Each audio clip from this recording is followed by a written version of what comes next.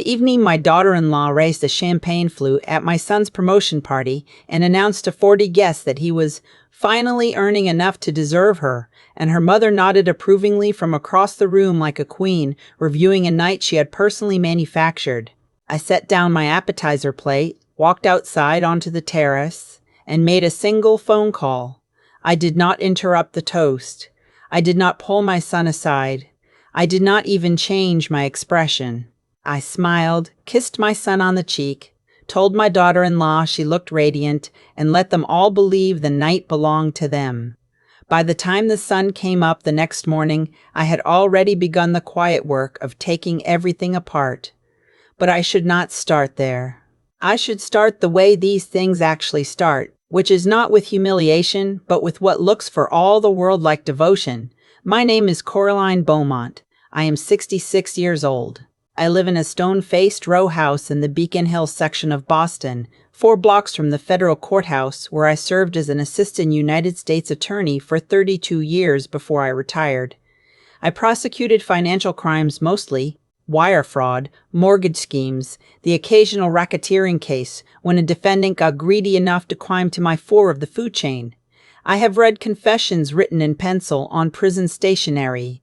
I have listened to grown men cry on the witness stand and lie through every tear. I have watched juries hand down verdicts that made widows weep with relief and watched defendants walk free who I knew in the marrow of my bones had done the thing they were accused of. I believed, after 3 decades, that I could spot a deceiver across a parking lot in the rain.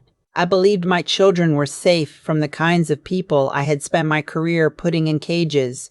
I was wrong on both counts. The man who hurt my son was not a man at all. It was a woman in a $5,000 dress who called me Mama Cora and brought me peonies on Mother's Day, and her co-conspirator was her own mother, who taught her every move. My son's name is Theodore. We have always called him Teddy. He was 41 the year all of this came to a head, a cardiothoracic surgeon at Massachusetts General with a specialty in pediatric heart defects. He fixed babies. That is the simplest way to say what my son did for a living. He fixed babies whose hearts had not finished forming, and he was extraordinary at it. He had soft hands and a softer voice, and the kind of patience you cannot teach in any medical school. He got that patience from his father, my husband Lawrence, who died of a stroke when Teddy was 29. Lawrence had been a high school history teacher. He drove a 1998 Volvo until the day he died because he said new cars were vain. He was a deeply unflashy man, and Teddy was his image in every way that mattered. The first time my son brought her home, I should have known. I have replayed that Thanksgiving evening so many times in the last 3 years that I could draw the dining room from memory if I had to. Teddy had been alone for almost 4 years by then. His engagement to a wonderful pediatric nurse named Margot had ended badly when Teddy admitted he was not ready. That grief was still sitting in the seat next to him at every dinner. Margot deserved better, and Teddy had the decency to let her go before he broke her. He had been single ever since.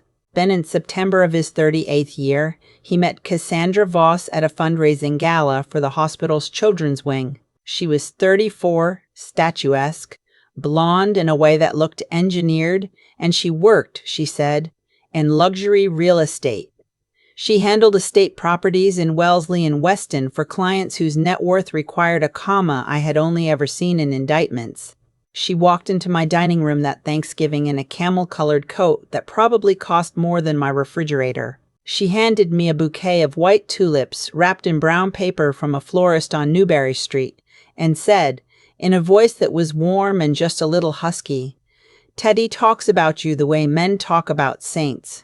I was nervous to meet you." Then she laughed at her own line, and her laugh was lovely, and I liked her. I want that on the record because I have spent 3 years asking myself how I missed it, and the answer is that I did not miss it. There was nothing yet to miss it. There was nothing yet to miss. She was charming. She was attentive. She refilled water glasses without being asked. She asked about my grandmother's gravy recipe and listened to the answer. She loved my son. I am sure of that, in the way some predators do love what they hunt. They love the meat and the marrow. They just love it differently than we mean when we say the word. They were married 11 months later, in a vineyard in the Berkshires. Her mother, Delphine Voss, gave the toast at the rehearsal dinner. Delphine was 62 then, widowed twice, and she had moved up from Charleston to be closer to her only daughter during this exciting season. She was the kind of woman who wore pearls to brunch. She had a soft southern accent that she deployed strategically, sweet on the surface and somewhere underneath it the iron of a woman who had outlived 2 husbands and inherited from both. She raised her glass at the rehearsal dinner and said, "Cassandra is the best thing that will ever happen to this family. She has waited a long time for the right kind of man, and she will make him into the very best version of himself." I remember thinking that was an odd word, make. I remember Teddy laughing politely and Cassandra placing a hand on his thigh. Possessive, the way you put your hand on a coat you have just bought. The first year was a honeymoon, by which I mean the kind of honeymoon a captive doesn't recognize as one. They bought a 4-bedroom colonial in Newton. Teddy paid for it outright with the savings he had built across 15 years of surgical practice. Cassandra decorated, which meant she replaced every piece of furniture in his condo, the leather armchair he had inherited from Lawrence, the bookshelves he had built himself in residency, the Persian rug I had given him when he finished his fellowship. All of it went to Goodwill, or, I learned later, to the resale consignment store where Cassandra had a relationship with the owner. The new house was beautiful. It looked like a magazine. It also looked like no one lived there. There were no books. There were no photographs of Lawrence. There were no photographs of me. The changes in my son were slow, the way a coastline erodes. I did not see them as they happened. I saw them only when I looked back and noticed there was less land than there used to be. He stopped going to the Wednesday morning rounds breakfast with his old residency cohort. Cassandra preferred he be home for breakfast. He stopped wearing the watch his father had given him for medical school graduation, a simple Timex on a leather band. Cassandra had bought him a Rolex for his 40th birthday and said the Timex made him look like he didn't know his own worth. He stopped calling me on his lunch break. "I am trying to be more efficient with my time," he told me once, and I heard the phrase and knew it was not his. My son did not say things like efficient with my time. My son said I needed a minute to myself. The vocabulary had shifted under his feet. The thing I noticed first that I could not unsee was his appetite. Teddy had always eaten the way surgeons eat, which is whenever there is a chance, because there often is not. He could put away a sandwich and a half between cases. I made him roast beef for Sunday dinners his whole life because he could not get enough of it. The Christmas of his 2nd year of marriage, I made his roast beef the way I always had, and I watched him cut a piece the size of a credit card and chew it for a full minute before swallowing. Cassandra was watching him from across my table. He did not take a second piece. He pushed the green beans around with his fork. When I asked if he was feeling all right, he smiled and said he had eaten a late lunch. There had been no lunch. I had brought him a coffee at 3 that afternoon when I dropped off a gift, and his office assistant had told me he hadn't eaten all day. Delphine moved into a condominium 2 miles from their house 6 months into the marriage. Officially, she had her own place. In practice, she had a guest room at Teddy and Cassandra's, and her car was in their driveway 4 or 5 days a week. She came for coffee and stayed for dinner. She let herself in with her own key. She rearranged the kitchen cabinets without asking. She critiqued Teddy's posture, his vocabulary, his choice of tie, the cologne he wore, the way he laughed at a joke at the wrong volume. She did it all with that soft Charleston lilt, always with a smile, always with a hand on his arm. Sweetheart, surgeons should carry themselves with a little more gravitas, don't you think? Honey, that brand of cologne is for boys, not men of your station. She used the word station the way Cassandra used the word worth. They were both real estate appraisers in disguise. They were pricing my son. I started keeping notes. I did not know yet what I was keeping them for. I told myself I was just being old, just being sentimental, just writing things down because my memory wasn't what it had been. I wrote in a green moleskin I kept in the drawer of my nightstand. I wrote the date and what was said and who said it. I wrote down what Teddy was wearing and how much he ate and whether he had laughed once during the visit. I wrote down the way Cassandra cut him off when he tried to tell a story about a patient, the way Delphine corrected his pronunciation of Provençal at a dinner party, the way my son's shoulders had begun to fold inward toward his sternum, like he was trying to make himself smaller. The promotion party was in May. Teddy had been named the chief of pediatric cardiothoracic surgery at Mass General, the youngest in the department's history. It was the kind of news Lawrence would have wept over. It was the kind of news that should have filled a room with pride. Cassandra threw a party in their backyard for 40 people. She hired a caterer and a string quartet. She had a custom banner printed that read, "The Chef," in gold script. I drove up from Beacon Hill in the late afternoon with a bottle of Lawrence's favorite scotch, a Lagavulin 16, that I had been saving for exactly this kind of occasion. I had planned to give it to Teddy privately, with a card I had written by hand that morning, and to tell him that his father would have been undone with pride. I never gave him the bottle. The toast was at 7. Cassandra stood up on the low stone step that led down into the garden, in a champagne-colored silk dress and the diamond earrings Teddy had given her for their first anniversary. She held the flute aloft. She thanked the guests for coming. She thanked the caterer. She thanked the hospital board, none of whom were present. Then she turned and looked at Teddy, who was standing beside her with a polite smile, and she said, "And finally, to my husband, who's finally earning enough to deserve me." The pause was long enough for a few people to laugh awkwardly, because she had said it with a smile, and you could choose to read it as a joke. "Took 'em long enough, didn't it, Mama?" And Delphine, from a table on the patio, laughed her gentle laugh and raised her glass and called back, "Some men need a woman to show them what they are worth." You did good, darling. You did good. The string quartet kept playing. The guests clinked their glasses.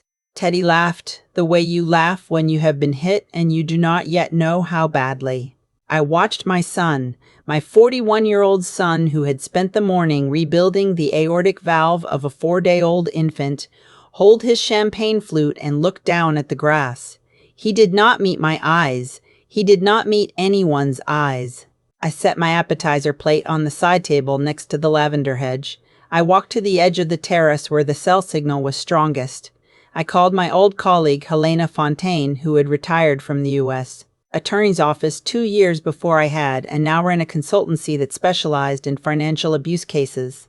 Mostly elder financial abuse, but increasingly the kind of spousal control that lives in the gray space between controlling marriage and actionable fraud.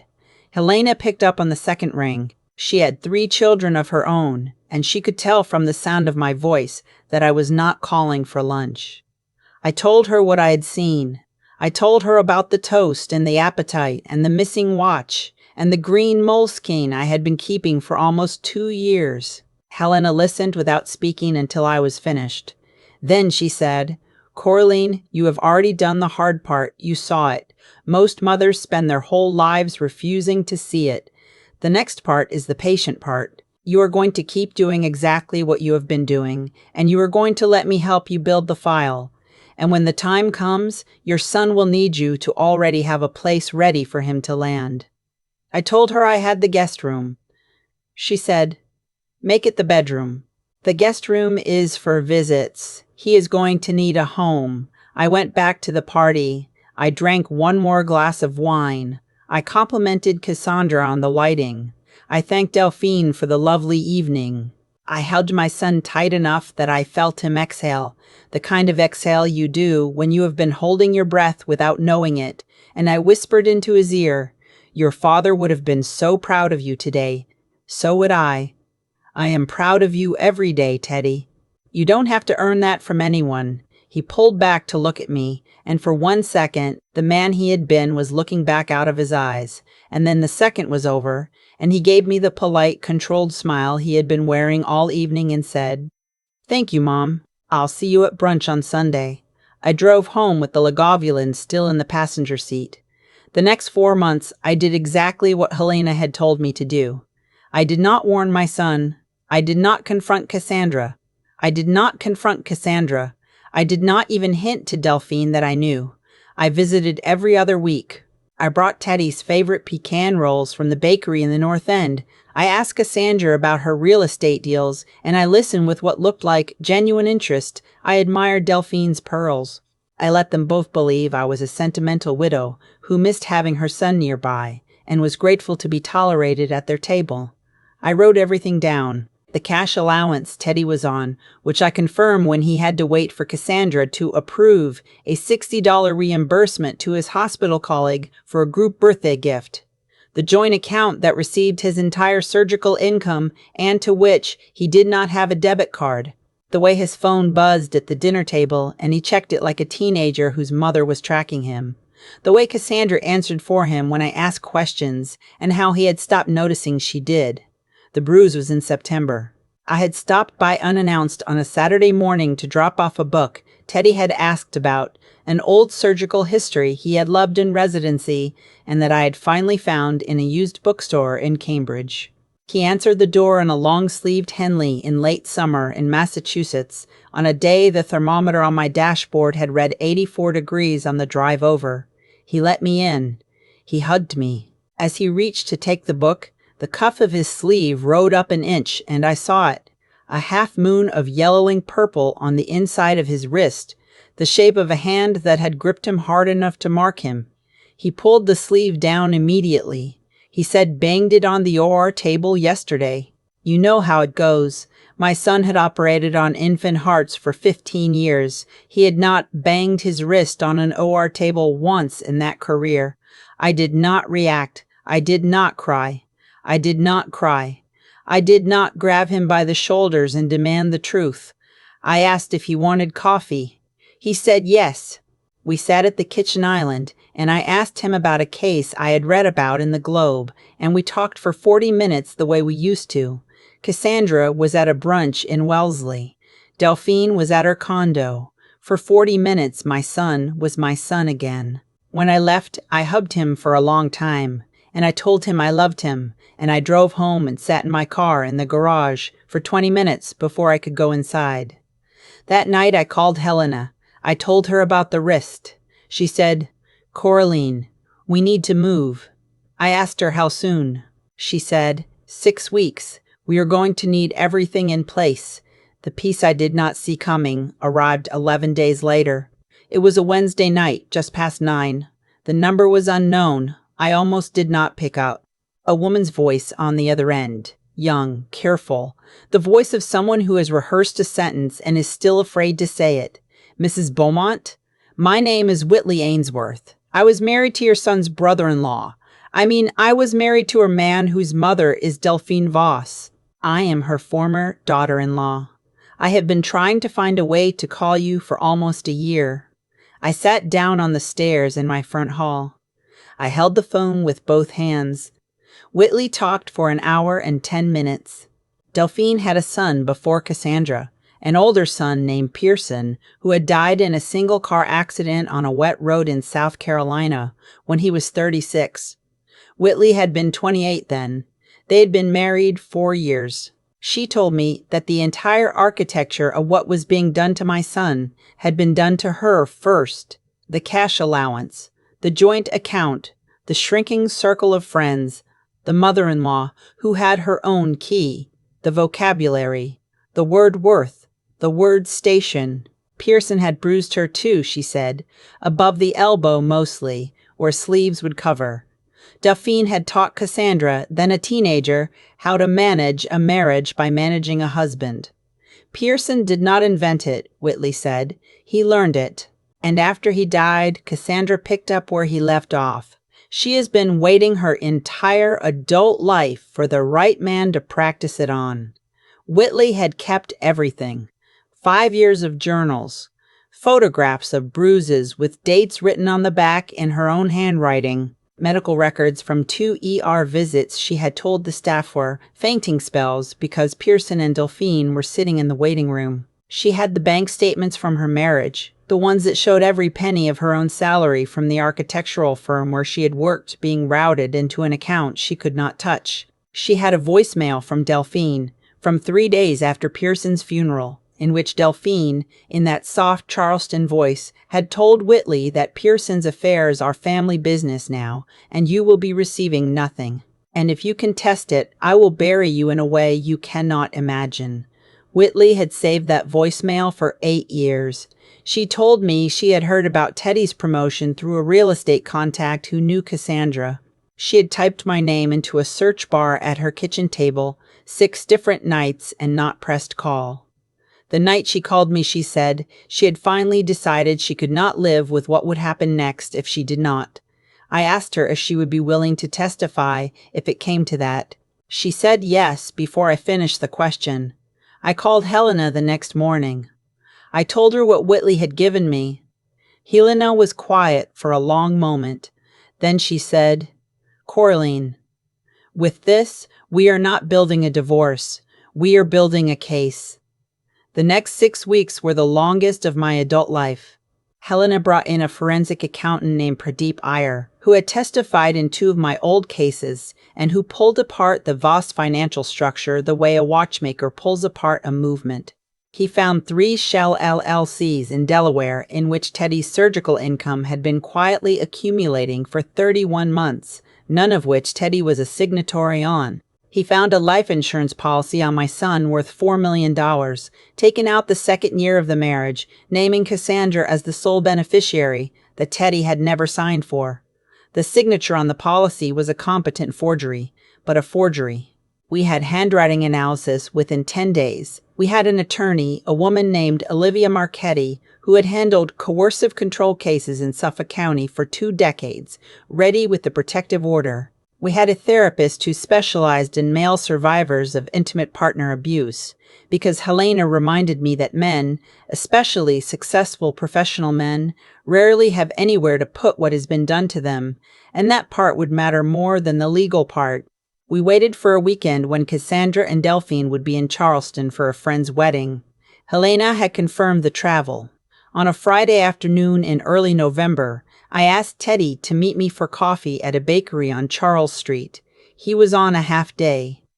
He came. He sat across from me with that polite, careful smile he had been wearing for years now, and I told him, gently and without ambush, what I knew. I did not show him the financial records. I did not show him the insurance policy. I told him about Whitley. I told him there was a woman who had been married to his wife's brother, who had survived what was being done to him, and who wanted him to know he was not alone and not crazy. He was quiet for a long time. He looked down at the table. I watched a tear fall onto the saucer of his espresso. He said very softly, "I knew." He said it again. "I knew." He said he had known for at least 2 years and had not been able to put a name to it. He said the bruise on his wrist had not been the first one. He said Cassandra had told him last month, after he had refused to sign over a rental property he had bought before the marriage, that if he ever left her, she would tell every department head in Boston that he had been operating impaired and she had been protecting his career. He said he had been afraid to come to me because he thought I would be ashamed of him. He used that word, ashamed. I took my 41-year-old son's hands across the table, the hands that fixed infant hearts for a living, and I told him that there was no version of this story in which I was ashamed of him, that the only shame in this room belonged to the women who had hurt him, that he had survived something most people do not survive, and that he was coming home with me tonight. He moved into my house that evening with a duffel bag and the watch his father had given him for medical school graduation, which he had kept hidden in a desk drawer at the hospital for 2 years. The protective order was filed on Monday morning. The divorce petition followed on Tuesday morning. Whitley's evidence, the financial records, the forged insurance policy, my 2 years of notes from the Green Moleskine, and a sworn statement from Teddy describing the coercive control he had lived under were all submitted as a package. Cassandra and Delphine landed at Logan on Sunday night and were served on the curb outside the terminal. What followed was exactly what Helena had predicted. The pleading calls, the crying voicemails, the flowers delivered to my doorstep. Then, when none of that worked, the threats. Delphine made one phone call to a colleague of mine, a name she had clearly researched, in which she suggested in her soft accent that, Coraline Beaumont's son had a substance abuse problem that her family was working hard to keep quiet, and any public action would force the family to address it openly. That call was recorded. Massachusetts is a two-party consent state, but my colleague had asked, and Delphine had agreed to be recorded because Delphine was confident, the way these women always are, that she was the smartest person in the room. She was not. The case took 14 months to resolve. There was no trial in the end. Olivia Marchetti laid out the evidence in front of Cassandra's first attorney, who quit, and then her second attorney, who negotiated. Cassandra pled to 1 count of forgery in the second degree and 1 count of larceny by single scheme over $250,000. Delphine pled to conspiracy. Cassandra received 30 months. Delphine because of her age and lack of prior record, but also because the recorded threat to my colleague had been damning, received 18 months and 3 years of supervised probation. Teddy received the house, his premarital assets, every dollar that had been routed through the shell companies, and a permanent restraining order against both women. Cassandra's real estate license was revoked. Delphine's Charleston attorney quietly informed me, through Helena, that the 2 trusts she had inherited from her husbands had been frozen, pending civil suits from Whitley, who had finally, 8 years late, filed her own claim on Pearson's estate. That was 3 years ago this November. Teddy lives in a brownstone in the South End now. He bought it himself, after the divorce, with money that was finally his again. He has Lawrence's leather armchair in the living room, which I had kept in my basement for him without telling him, because I had a feeling that one day he would want it back. He goes to Wednesday morning rounds breakfast with his old residency cohort. He eats. God, does he eat. He has put on 12 pounds in 3 years, and his shoulders have opened up like a flower in water. And the first time I saw him laugh again, really laugh, at a joke his goddaughter made at Easter brunch, I had to leave the table and cry in my powder room for 10 minutes. He is seeing someone. Her name is Marisol. She is a violinist with the Boston Symphony. She is 44, divorced once, and she has a teenage son who is taken to my son the way a kid takes to the uncle who actually listens. The first time Teddy told me about her, he said, "Mom, she asks me questions, and then she lets me answer them. She lets me finish my sentences."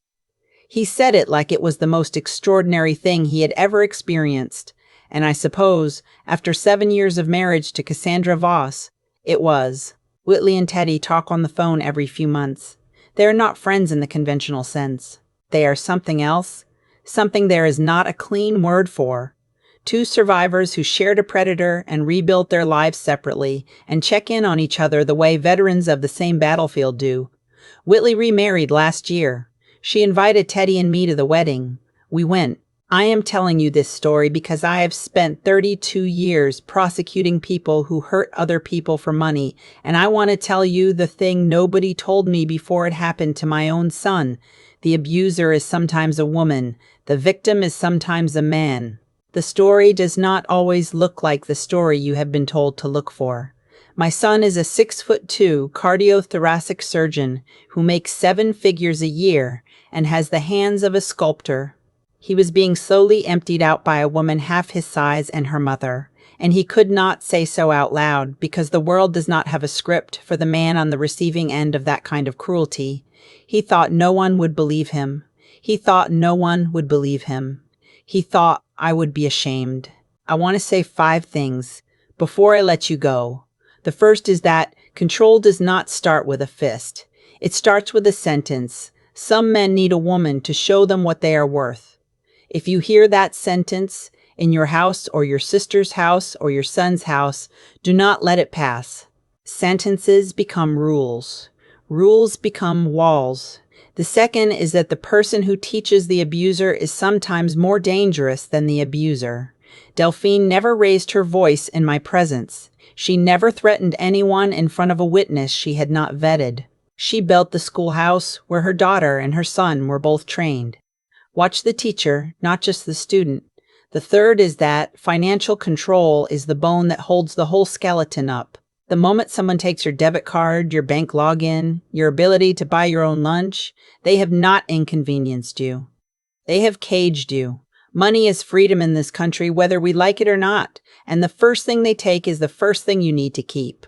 The fourth is that men get abused too, and they get abused in silence, and they die in that silence.